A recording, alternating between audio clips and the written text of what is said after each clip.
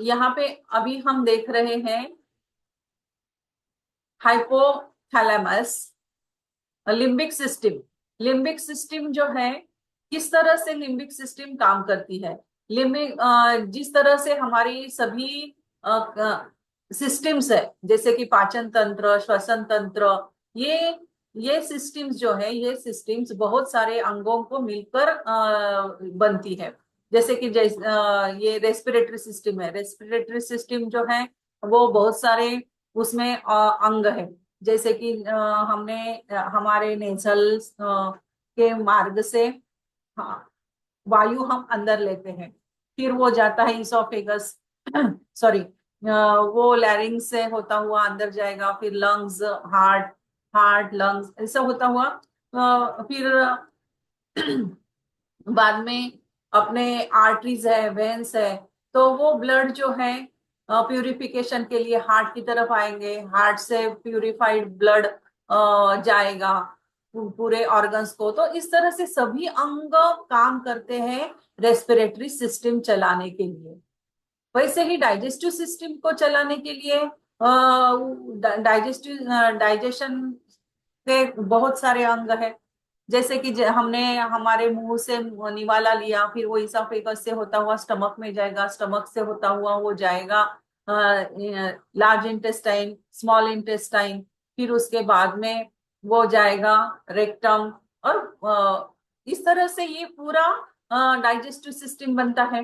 तो ये digestive system को चलाने के लिए कई अंग है। तो फिर ये कई अंग जो है, उसी तरह से जैसे कि ये चल रहा है,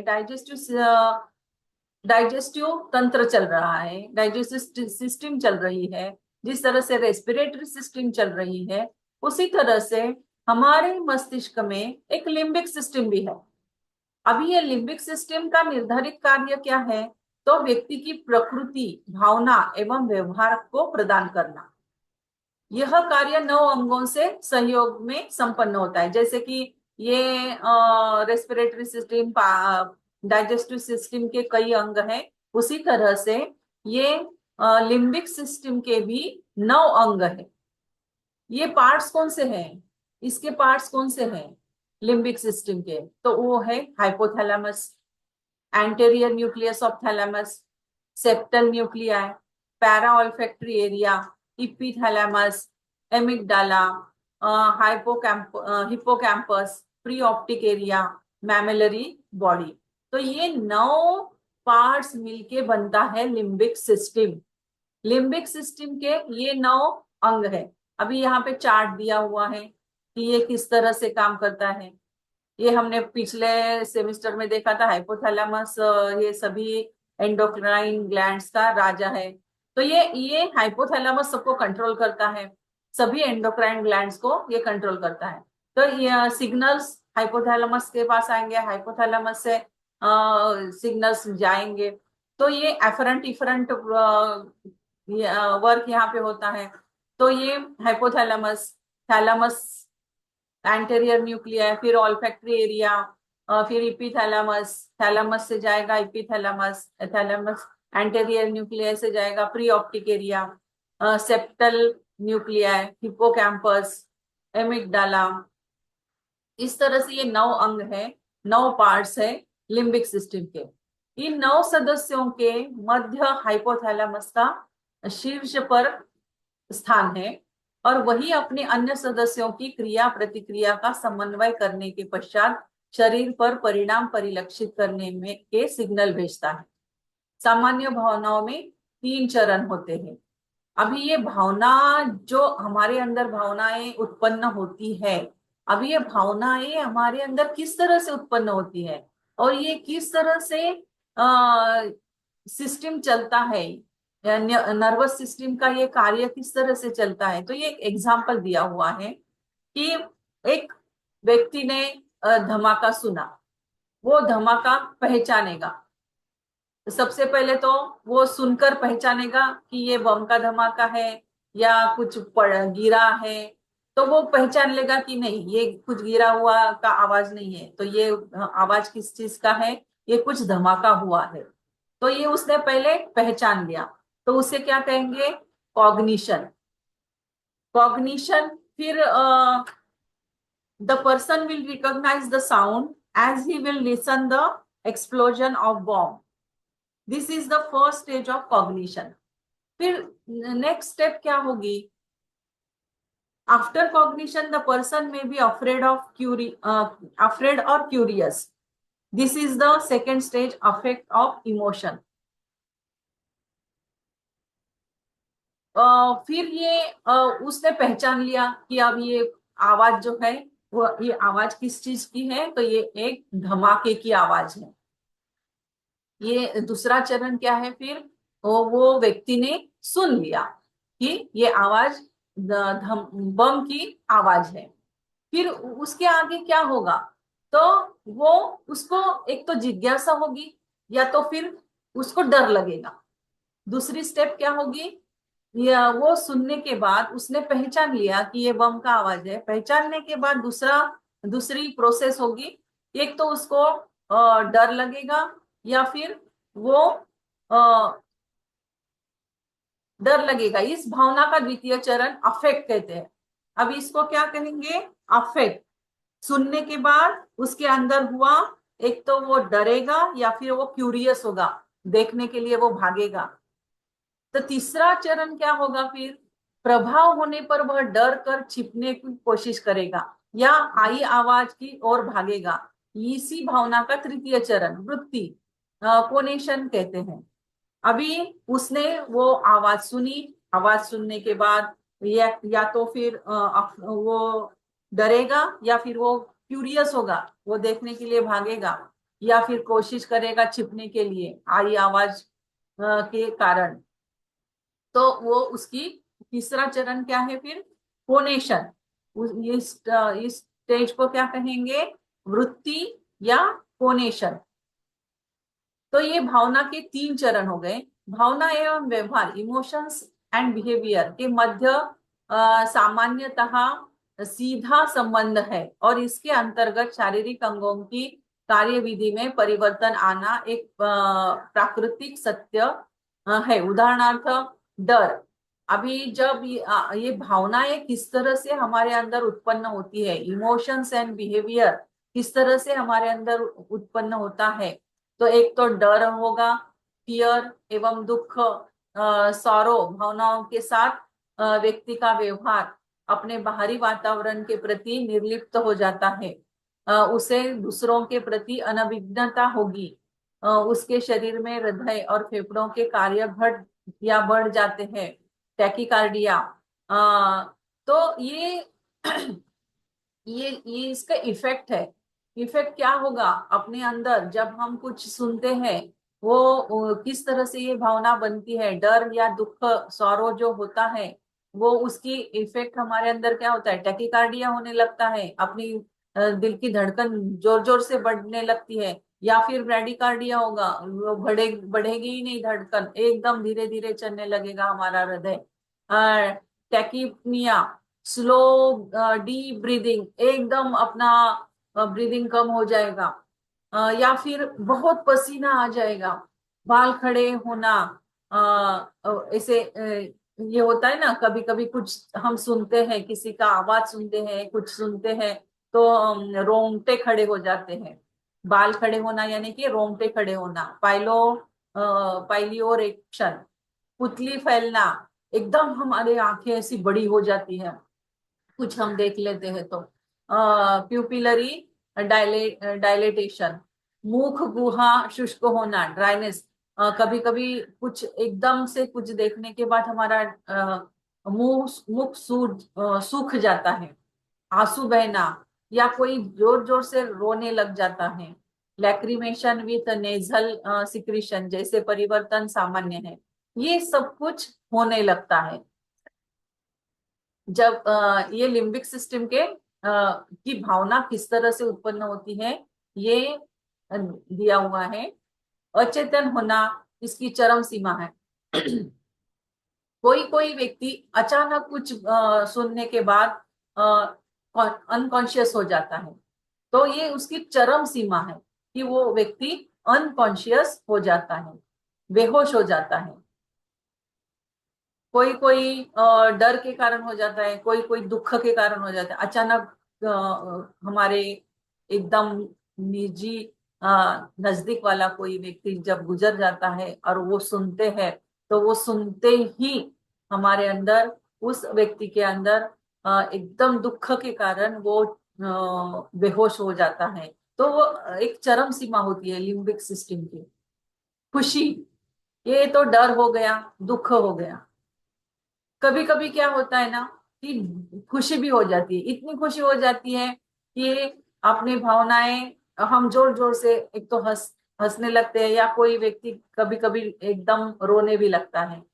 तो ये अपने लिम्बिक सिस्टम के कारण होता है। खुशी एवं जीत, विजय, विक्ट्री भावनाओं के साथ व्यक्ति अपने बाहरी वातावरण में लिप्त होकर सक्रिय हो जाता है। उसे दूसरों में घुलना मिलना अच्छा लगेगा। जब व्यक्ति खुश होता है तो वो घुल मिल जाता है सब सब में। इसके शरीर में प्रतिक्रिया स्वरूप कई परिवर्तन होंगे, जैसे रक्त बहाव बढ़ना, वैसोडाइलेशन।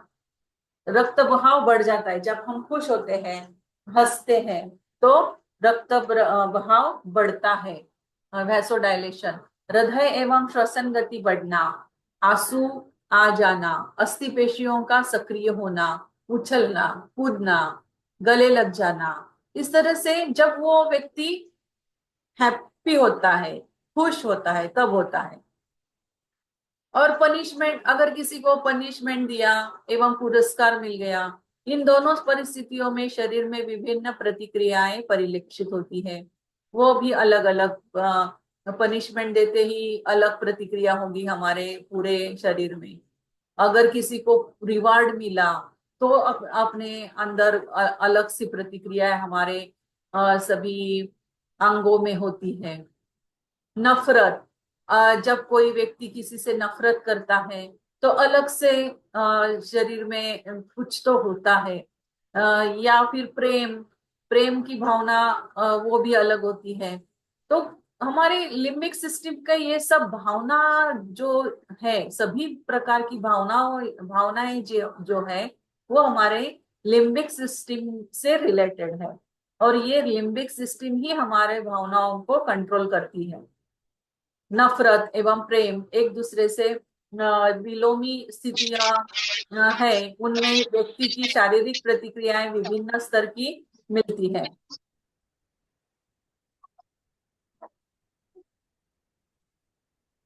भावनाओं एवं व्यवहार विभिन्न परिस्थितियों में शारीरिक प्रतिक्रियाएं कैसे उत्पन्न कर पाते हैं, इस प्रश्न के उत्तर ये में कौन अभी कोई ठोस स्पष्टीकरण नहीं मौजूद है। परंतु मैडम वैज्ञानिकों, कौन सा ये कौन सी बुक है ये? ये अपना बीएचबी का चल रहा था ना, 3 बजे हम बीएचबी लेते थे ना, हम्म। उसके आगे कौन से पेज है? पेज, लिम्बिक सिस्टम 182 है क्या ये? ओके। 182 हिंदी का, और इंग्लिश का 170। हाँ, नफरत और प्रेम, नफरत और प्रेम। अभी हमने देखा कि भावनाएं जो है, ये लिम्बिक सिस्टम के कारण ही हमारे अंदर इमोशंस और बिहेवियर अपना जो भी होता है, भावना भावनाएं एवं व्यवहार, व्यक्ति का व्यवहार, सभी, हर एक व्यक्ति अलग अलग किस्म का होता है, अलग अलग प्रतिक्रिया वो व्यक्त करता है। तो उसकी लिम्बिक सिस्टम कितनी स्ट्रांग है, उसी के ऊपर उसका व्यवहार होता है, उस व्यक्ति का व्यवहार लिम्बिक सिस्टम से रिलेटेड होता है। तो लिम्बिक, ये भावनाएं, डर या दुख अगर हुआ तो टैकिकार्डिया, ब्रैडिकार्डिया,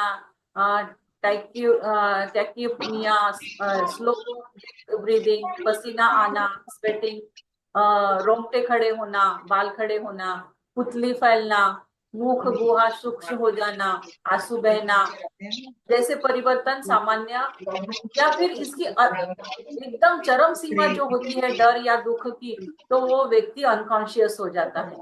ये डर और दुख खुशी, कभी कभी खुशी होने के बाद हमारे अंदर भावना उत्पन्न होती है, या जीत होती है, विजय होता है, विक्ट्री होती है, तो भावना उत्पन्न होती है। फिर उसके बाद में दंड, अगर किसी को पनिशमेंट मिल गया, तो पनिशमेंट मिलने के बाद हमारे अंदर कुछ भावनाएं उत्पन्न होती है, फियर सा होता है। तो पनिशमेंट या पुरस्कार जब मिलता है हमें, अगर किसी ने हमें पुरस्कार दिया, तो अलग सी भावनाएं हमारे अंदर उत्पन्न होती है। नफरत एवं प्रेम। प्रभजीत मैम, आप म्यूट कर लीजिए ना। प्रभजीत मैम।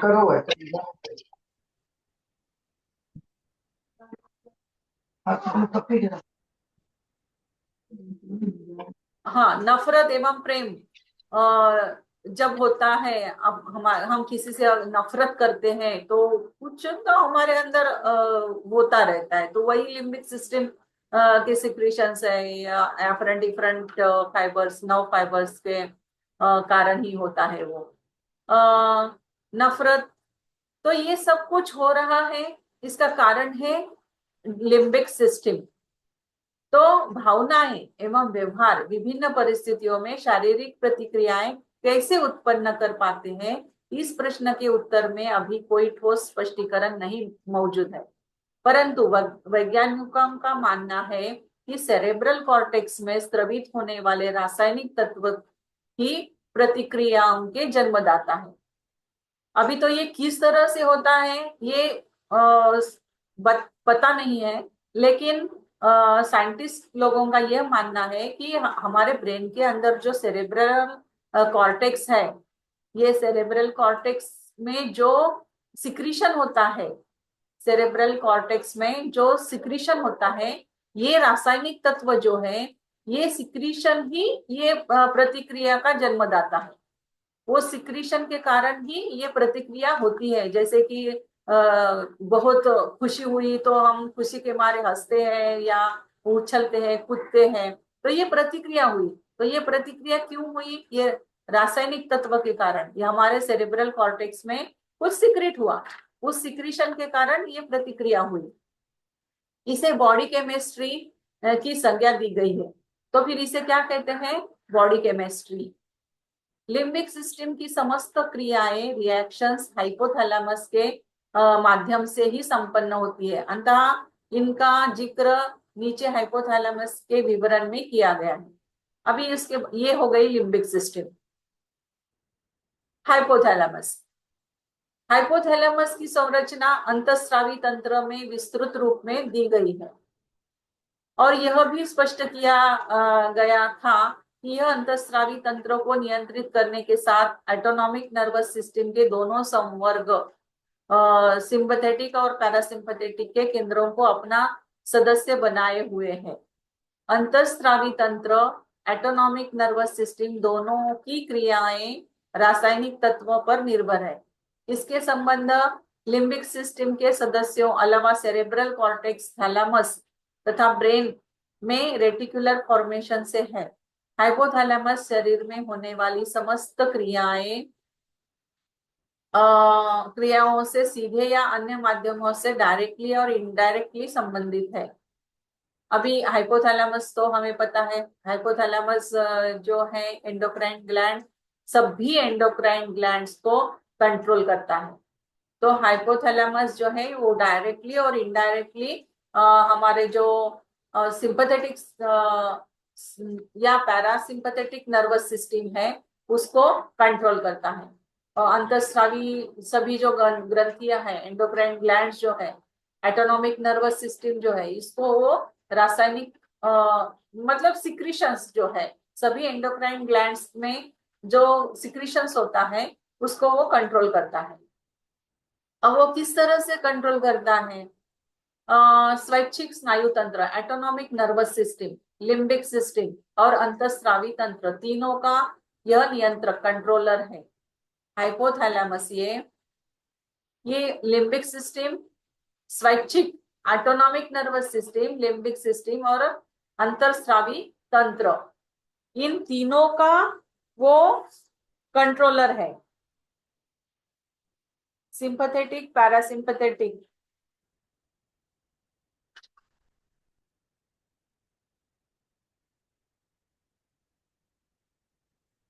autonomy, हाँ. The reactions of both endocrine system and autonomic nervous system depends upon chemical elements, organic, but with a cerebral cortex. Thalamus with the reticular formation of brain. Hypothalamus is related with the activities of body either directly or indirectly are the following functions. It is the controller of autonomic nervous system, limbic system, and also endocrine system. ये तीनों system को का controller है. Nervous system, limbic system and endocrine system, तीनों को control कर रहा है ये hypothalamus. It regulates cardiovascular system in every difficult situation. Cardiovascular system, हमारी कार्डियोवैस्कुलर सिस्टम जो है इसको भी, यानी कि हमारा रेस्पिरेटरी सिस्टम, हृदय एवं रक्त परिसंचरण, यानी कि रेस्पिरेटरी सिस्टम और सर्कुलेटरी सिस्टम, ये दोनों सिस्टम का भी ये किसी भी विषम अवस्था हो उसे वो रेगुलेट करता है. आवश्यकता अनुसार हृदय की गति को बढ़ाना या घटाना, टैकीकार्डिया कर देना या फिर ब्रैडीकार्डिया कर देना. टैकीकार्डिया यानी कि हृदय की गति बहुत ज्यादा बढ़ जाती है, सामान्य से कई ज्यादा बढ़ जाती है. और ब्रैडीकार्डिया का मतलब है कि हमारी सामान्य जो गति है उससे कम हो जाना, तो ब्रैडीकार्डिया. तथा ये यहाँ पे चार्ट दिया हुआ है. इस तरह से हाइपोथैलेमस का फंक्शन है. इसका फंक्शन है control of anterior pituitary, secretion of और post pituitary, control of adrenal cortex, control of adrenal medulla, regulation of autonomic nervous system, regulation of heart, regulation of blood pressure, regulation of body temperature, regulation of food intake, regulation of water intake, regulation of sleep and wakefulness, regulation of behavior and emotion, regulation of sexual functions, role in circadian rhythm, role in smell response. तो यानी कि hypothalamus जो है वो पूरे body को control करता है. सभी एक्शंस बॉडी के जो है उसको हाइपोथैलेमस कंट्रोल करता है.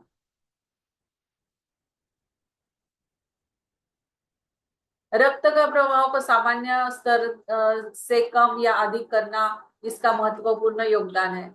शर्म से गुलाबी हो जाना, गुस्से से लाल हो जाना, डर से सफेद पीला हो जाना पड़ना मात्र मुहावरे नहीं है, अपितु परिस्थितियों के अनुसार हाइपोथैलेमस नियंत्रित कार्डियोवैस्कुलर तंत्र में हुई प्रतिक्रियाओं का परिणाम होता है. ये तो ये हुए अभी लिम्बिक सिस्टम से संबंधित समस्त भावनाओं, इमोशंस में शारीरिक अंगों में परिवर्तन द्वारा परिवर्तन लाता है.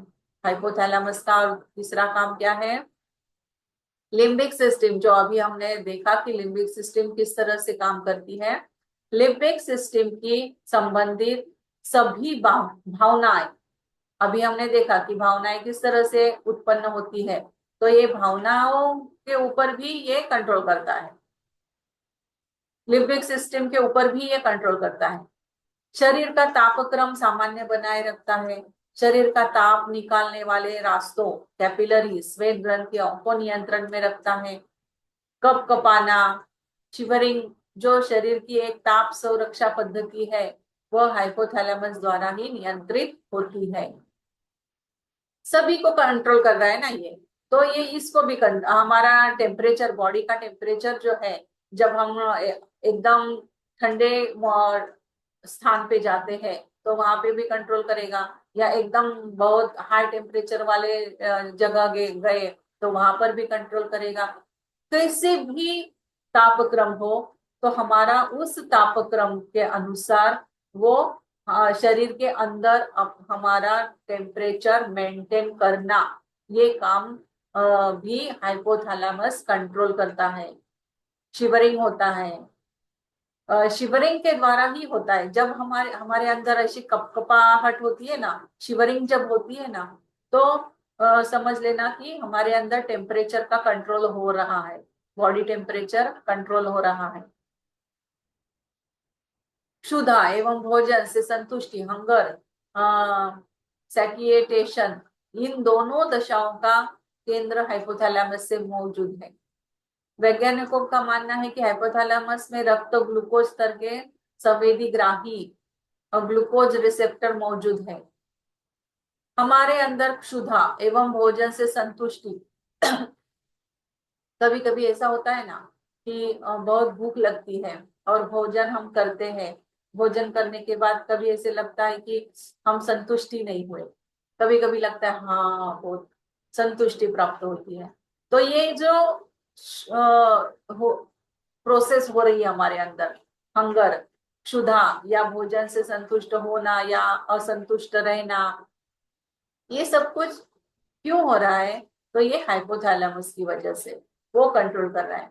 हाइपोथैलेमस में रक्त ग्लूकोज स्तर के संवेदीग्राही सेंसरी ग्लूको रिसेप्टर्स मौजूद है, जो रक्त ग्लूकोज का स्तर घटाने या क्षुधा भूख का एहसास कराते हैं।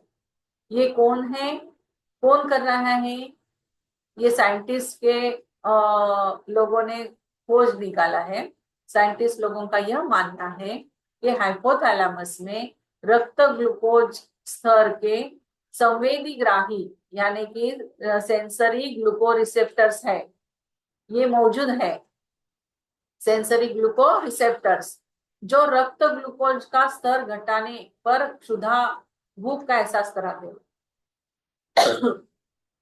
जब हमारे ब्लड में ग्लूकोज कम हो जाता है, रक्त में ग्लूकोज का स्तर जब कम हो जाता है, तो हमारा हाइपोथैलेमस क्या करता है कि अरे चलो इसकी भूख को बढ़ा दो, उसको भूख का एहसास करवाता है।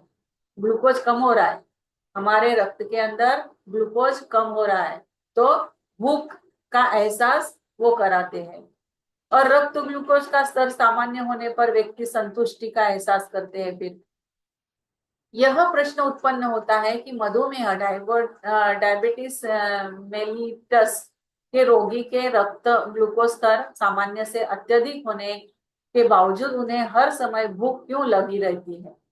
अभी ये तो हाइपोथैलेमस का काम है कि ग्लूकोज ब्लड में अगर ग्लूकोज कम हो गया तो वो भूख हमें लगती है, भूख का एहसास वो कराता है। लेकिन प्रश्न ये उठता है कि डायबिटीज के जो लोग होते हैं, मधुमेह के लोग जो रोगी होते हैं, उनके ग्लूकोज का स्तर तो अत्यधिक अत्यधिक होता है, उसके बावजूद यहाँ पे क्या है कि जब ग्लूकोज कम होता है तभी हमें भूख लगती है, लेकिन यहाँ पे तो डायबिटीज के लोगों में तो अत्यधिक होता है ग्लूकोज का स्तर, तो फिर भी उन्हें भूख लगती है। तो ये क्यों होता है? मधुमेह के रोगी के इंसुलिन न होने के कारण उनके शरीर की कोशिकाओं में आवश्यक ग्लूकोज की मात्रा प्रवेश नहीं कर पाती है। अंततः यह कोशिकाएं भूख रहने पर हाइपोथैलेमस को संवेग भेजती रहती है और जिस